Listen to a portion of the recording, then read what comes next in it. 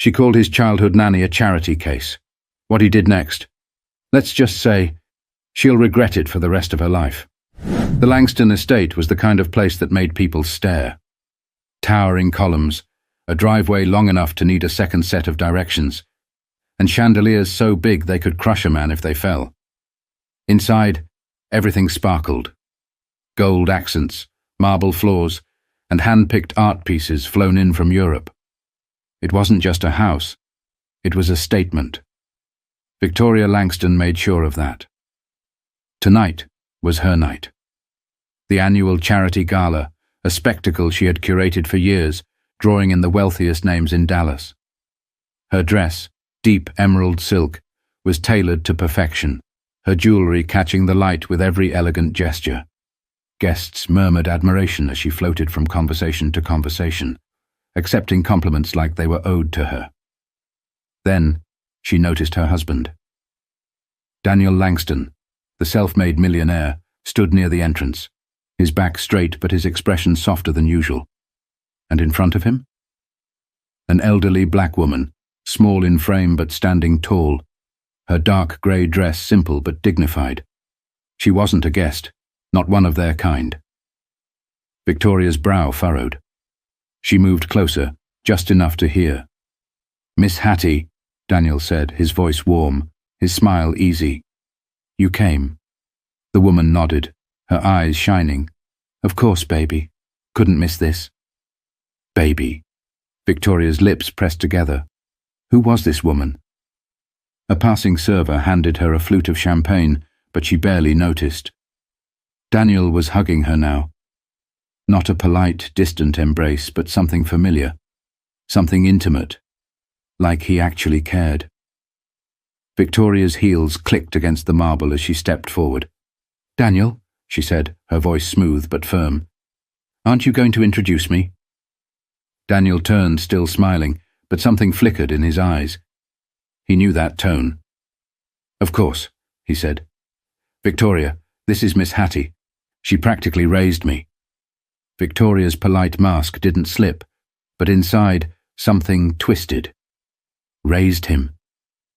Miss Hattie chuckled, her voice like old vinyl, worn but still rich. "Oh, I didn't do much. Just made sure he ate, stayed out of trouble, and knew right from wrong." Victoria tilted her head, her smile sharp.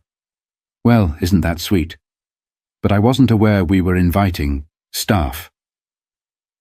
The room didn't go silent, but the shift was there. The kind of subtle pause that only the most socially aware would notice, the kind of tension that lingers just under polite conversation. Daniel's smile faltered. "Miss Hattie isn't staff." "Oh." Victoria sipped her champagne, feigning ignorance.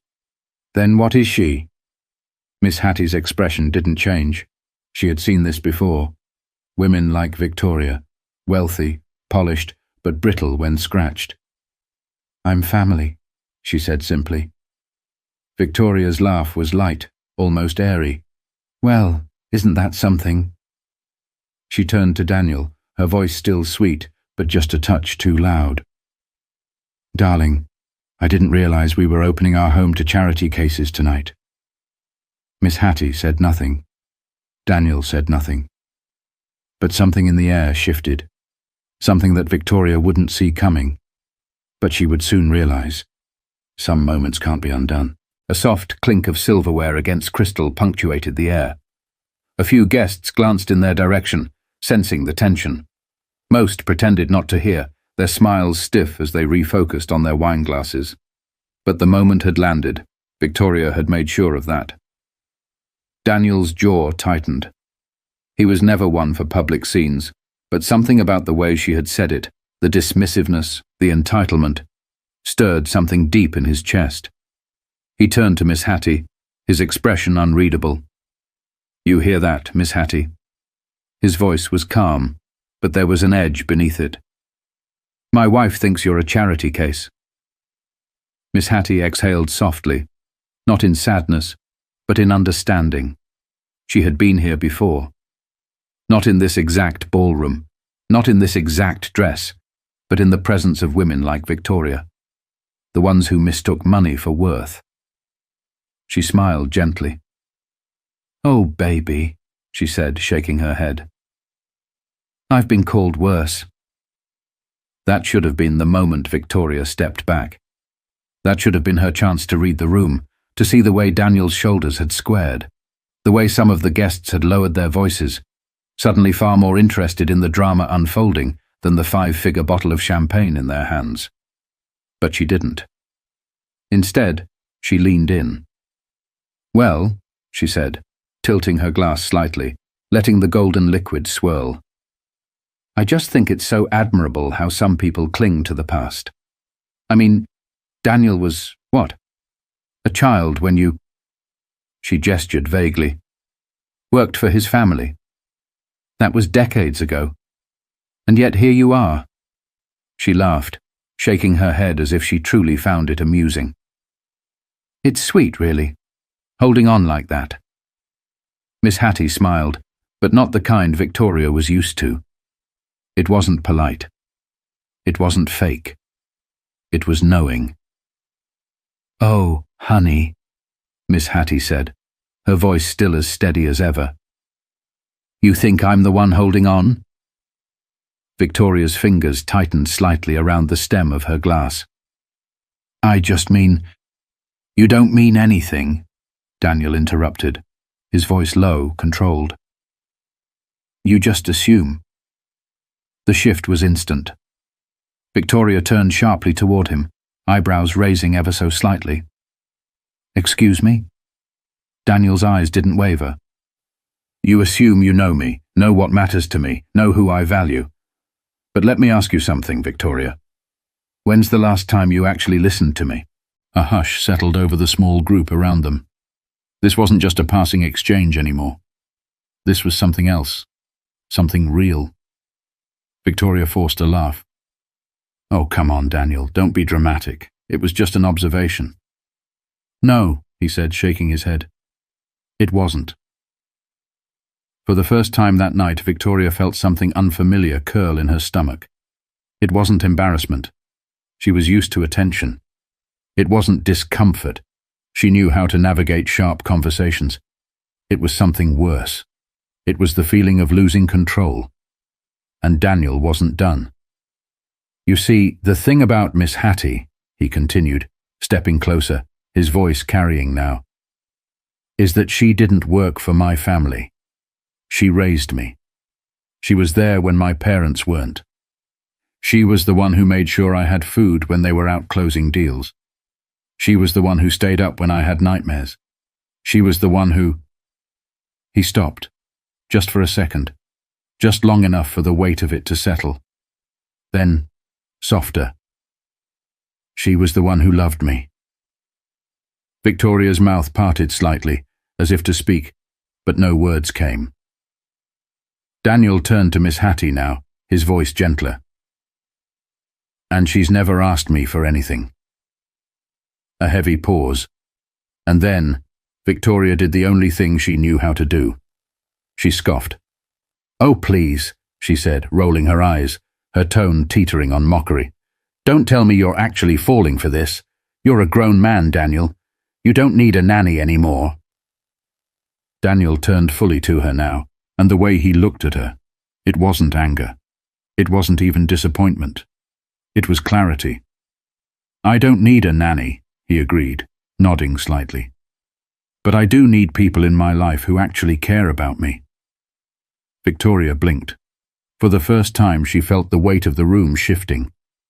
Guests weren't just watching anymore. They were judging. Whispers drifted through the crowd like ripples in water. "Did you hear what she said? She called her a charity case, right in front of him." Oh, this is not going to end well for her. Victoria turned, looking for an ally. But the faces around her, all the ones who had smiled so eagerly just an hour ago, were blank now. Neutral at best. Distant at worst. Her grip tightened around the champagne glass, though now it felt less like a symbol of power and more like a prop she didn't know what to do with. But she still had one thing. Daniel was her husband. He would get over this.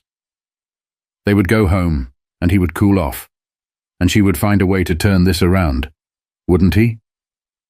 She smiled, placing a careful hand on his arm. "Darling," she said, her voice softer now, coaxing. "Let's not make a scene." Daniel looked down at her hand. Then, very deliberately, he stepped back.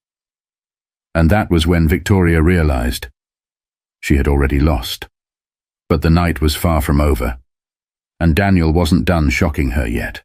A hush settled over the room, the kind of silence that only happens when something real is unfolding. Victoria could feel it now, slipping. Her control, her carefully curated image, the security of being his wife. The champagne in her hand suddenly tasted bitter. Daniel exhaled slowly, running a hand over his jaw before stepping forward. When he spoke, his voice wasn't loud, but it carried. "You know, Victoria, there's something I've never really told you." His gaze was steady, unwavering.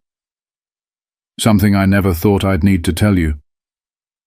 Victoria forced another soft laugh, the kind meant to smooth things over.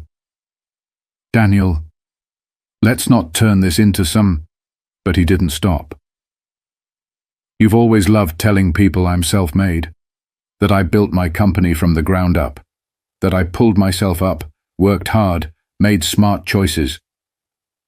His voice tightened just slightly. "But do you know who made that possible?" Victoria blinked. "Well, you did, obviously." Daniel shook his head, cutting her off. "No, she did." He turned toward Miss Hattie, his expression raw in a way Victoria had never seen before. "She's the reason I even had a chance." Miss Hattie opened her mouth, but Daniel gently held up a hand, his voice thick. "No, Miss Hattie. Let me say this." The guests were no longer pretending to sip their drinks or make conversation. They were watching, absorbing every word. Daniel turned back to Victoria. "You love throwing these galas, donating to charities, making speeches about giving back." His eyes darkened. "But the real charity happened in houses like the one I grew up in." Victoria tilted her head slightly. "Daniel, this is really not the time." "It is the time." He took a step closer. "You want to talk about the past? Let's talk about it. About how my parents were too busy growing their empire to raise their own son. About how I had to schedule time just to see them. About how they provided everything. Except the one thing I actually needed." His voice dropped lower, and suddenly it was just him and her. Love. Victoria felt something in her chest twist, but she held her ground. "Daniel, we're at a party." Daniel let out a short, humorless laugh. "Exactly.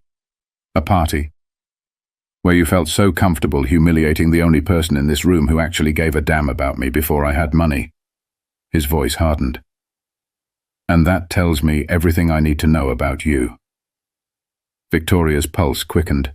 She glanced around, realizing just how many eyes were on her now. Eyes that weren't admiring. They were waiting. But Daniel wasn't finished. "You know what's funny?" He shook his head, chuckling to himself. "I always thought my biggest fear was ending up like my parents, too busy chasing success to notice the people who mattered." His jaw clenched. "Turns out, I married someone just like them instead." That landed. Victoria's fingers twitched at her side. She had always prided herself on never losing composure. But this was public. "You're being ridiculous," she said, voice clipped. "I was just making an observation." Daniel's eyes burned into her. "No, you were showing me who you really are." Victoria's throat tightened. The air felt too thick, too exposed. She needed to turn this back around, regain some ground. "Oh, come on, Daniel. She was a nanny. You act like she was a mother when I didn't have one." His voice was firm, unshakable. "And you—" He exhaled sharply, shaking his head. "You're a woman who thinks the only people worth respect are the ones with a bank account that matches yours." Victoria opened her mouth, but no words came. Daniel nodded to himself, as if something inside him had just clicked. Then he turned back to Miss Hattie. "I should have done this a long time ago." Miss Hattie blinked up at him. "Baby, you don't have to." "I do," he said, his voice thick with emotion. "Because I wouldn't be here without you." Then, right there in front of everyone, he did something no one expected. He took her hands, kissed them, and then he turned to the crowd. "I want you all to know something." His voice rang clear, cutting through the weight of the room. "This woman isn't just a guest tonight. She's the reason I have anything to give." People shifted, glancing at each other, unsure what to say. Daniel continued. "She didn't just feed me. She didn't just watch me. She taught me right from wrong. She taught me how to be a man. She gave me the kind of love that money can't buy." His eyes flickered to Victoria. "The kind some people will never understand." Victoria's breath came short now. This wasn't just about the gala anymore. This was personal. Daniel turned back to Miss Hattie. "I know my parents paid you, but I also know they never really saw you. Not the way they should have." He swallowed. "But I do." Miss Hattie's lips pressed together, her hands trembling slightly in his. "You never asked me for a thing," Daniel said softly, "but I'm giving you one anyway." Victoria's stomach twisted before she even heard the words. "I've changed my will." The room gasped. Victoria stilled. Daniel continued, unfazed. "Miss Hattie, when I go, you won't have to worry about anything ever again." Victoria's breath hitched. Daniel turned to her now, his voice colder. "You always assumed my money would stay in this marriage, that you'd be the one to decide where it goes." His jaw tightened. "But you assumed wrong." A sharp silence followed. Victoria froze. Daniel was cutting her out. Right here. Right now. Someone dropped a glass. A small shatter echoed in the distance. The humiliation burned through Victoria's skin. Her pulse pounded. This wasn't just some argument. This was destruction. Her reputation, her marriage, her future. And worst of all, she could see it in his face. Daniel wasn't bluffing.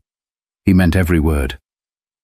But the worst part, Victoria had just begun to realize she was losing more than just money. She was losing the one person who had ever truly cared. The gala was ruined. People weren't laughing. They weren't clinking glasses or posing for photographers anymore. They were watching. Watching her. Victoria stood frozen, her mind racing, her skin prickling with heat. She had spent years curating her image, cementing herself as the queen of Dallas high society. And now, in a matter of minutes, she had become a spectacle. Daniel turned away from her, his focus solely on Miss Hattie. "You deserve more than just words," he told her gently. "And I should have done this years ago." Miss Hattie swallowed hard, her eyes glassy. "Baby, I don't need—" "It's not about need," Daniel cut in, his voice firm but kind. "It's about what's right."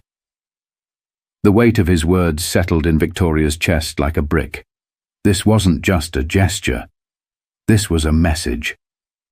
She had spent years living under the assumption that, no matter what, Daniel would always choose her. That her status as his wife guaranteed her a certain level of protection, power, control. But now he was making it clear. She had mistaken his patience for permanence. Victoria's nails dug into her palm. "Daniel," she started, forcing her voice into something softer, something pleading. "Let's talk about this privately."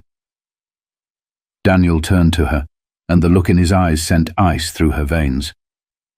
"Now you want privacy." His voice was quiet, but there was no mistaking the sharp edge beneath it. Whispers swirled around them, small pockets of murmured shock rippling through the crowd.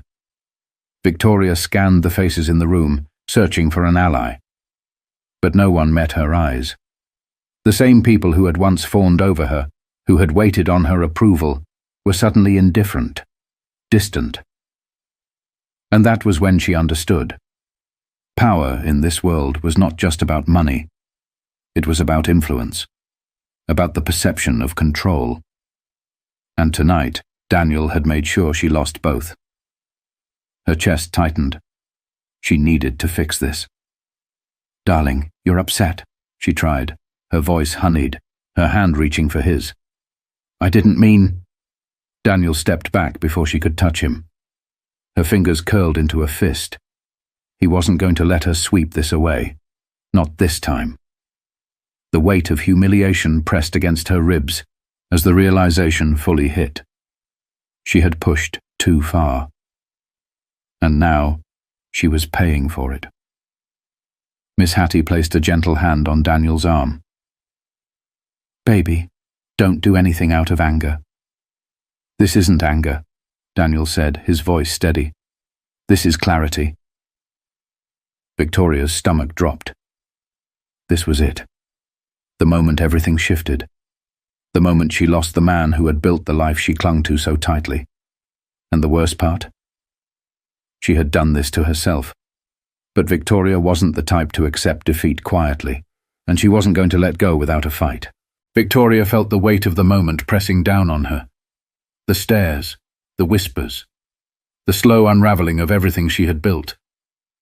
She could fix this. She had to fix this. Straightening her shoulders, she forced a tight smile. "Daniel, let's not be rash. We've built a life together. Our life.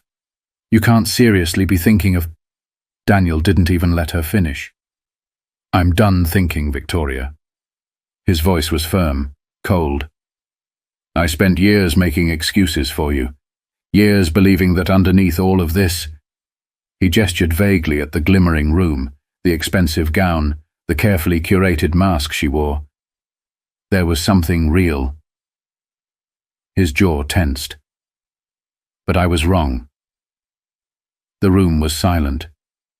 Victoria's pulse thundered in her ears.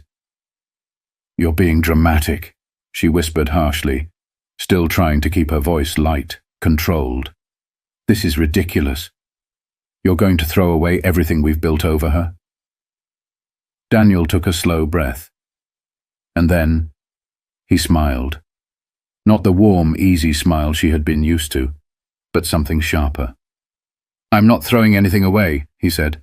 "I'm just finally giving to the person who actually deserves it." Victoria's throat tightened. Miss Hattie shook her head softly. "Baby, I don't want to be the reason for trouble." Daniel turned to her, his expression softening. "You're not. She is." Victoria flinched. Daniel reached into his pocket and pulled out his phone. He scrolled for a moment, then turned the screen toward Victoria. A legal document. A revised will. Victoria's breath caught. He had already done it. Her name was nowhere on the document. Her hands trembled as she looked up at him, her voice barely a whisper. "You're serious?" Daniel held her gaze. Completely. And with that, he turned to Miss Hattie, offering his arm. "Let's get you out of here." Miss Hattie hesitated, then took it, letting him guide her through the stunned crowd. The room seemed to part for them, guests stepping aside as whispers turned to quiet murmurs. Victoria stood frozen in place, alone, powerless. For the first time in her life, she had nothing left to hide behind. And as she watched Daniel walk away, it hit her. She had won the marriage, but lost the man. Money can buy luxury, but it can't buy loyalty. The people who stand by you when you have nothing are the ones who truly matter. Treat them like they're disposable, and one day you'll realize you're the one who's been left behind. Think about the people in your life who have stood by you, even when they had nothing to gain. Have you truly appreciated them? Let this be a reminder. Wealth isn't about what's in your bank account. It's about the love, the respect, and the integrity you carry with you. Don't wait until it's too late to see who really matters.